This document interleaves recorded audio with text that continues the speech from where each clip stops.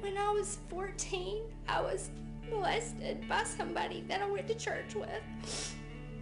And I really trusted this person. I babysat their children. So that for me was really devastating because I really was a very good kid. Like, I really, really was. But when that happened, it completely changed everything about me. And for 2 years, I didn't tell anybody what had happened. I kept it, to myself because I feel like I was really scared. And so that was just very devastating to me, and that completely changed everything about me.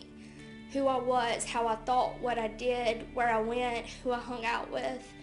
That's when I started, getting into drugs, started dating somebody. My life just completely changed for the worse after that. And so, but because I hadn't told anybody for 2 years, I believe that bitterness is the poison you drink while you wait for the other person to die. And I developed an autoimmune disease because of everything that was going on internally. And I started losing all my hair. And I basically, by the time I was 16, was pretty much completely bald. I ended up getting raped when I was 18. I was at a party, and it was not like I was somewhere I shouldn't have been, that was for sure. But somebody put something in my drink, and I ended up getting raped. So after all of that is when my brother, had a drug overdose, and it really wasn't a huge shocker to me. I mean, it was devastating because I thought he was going to die, but I knew what he was doing.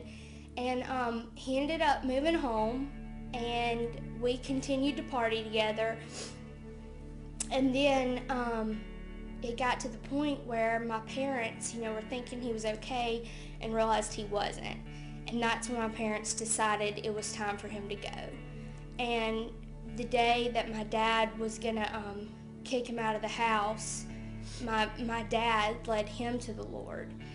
And so immediately, my brother was completely fired up. Let's have a guy's Bible study. And I was I really thought he was faking it. I was he's faking this. Because my brother was the ultimate con. When he was, an addict and in that personality, he was a con. And so I thought, he is pulled one over. Now, what else would my mother love more than to think, oh, my son's going to lead a Bible study? Then I began to see a physical countenance change. And everywhere he went, that was all he was talking about. And so I was still doing my own thing. I really wasn't involved. I'd be around, but I had my own issues going on. And so I really didn't want to change. But it was the more I was around it, the more it was kind of I wanted it. Whatever they had, I really wanted. And my brother led me to the Lord. And for the first time in my life, I realized that he was real for the first time. And I spent all those years blaming God for what had happened to me. And so I really didn't want to have anything to do with him for the longest time.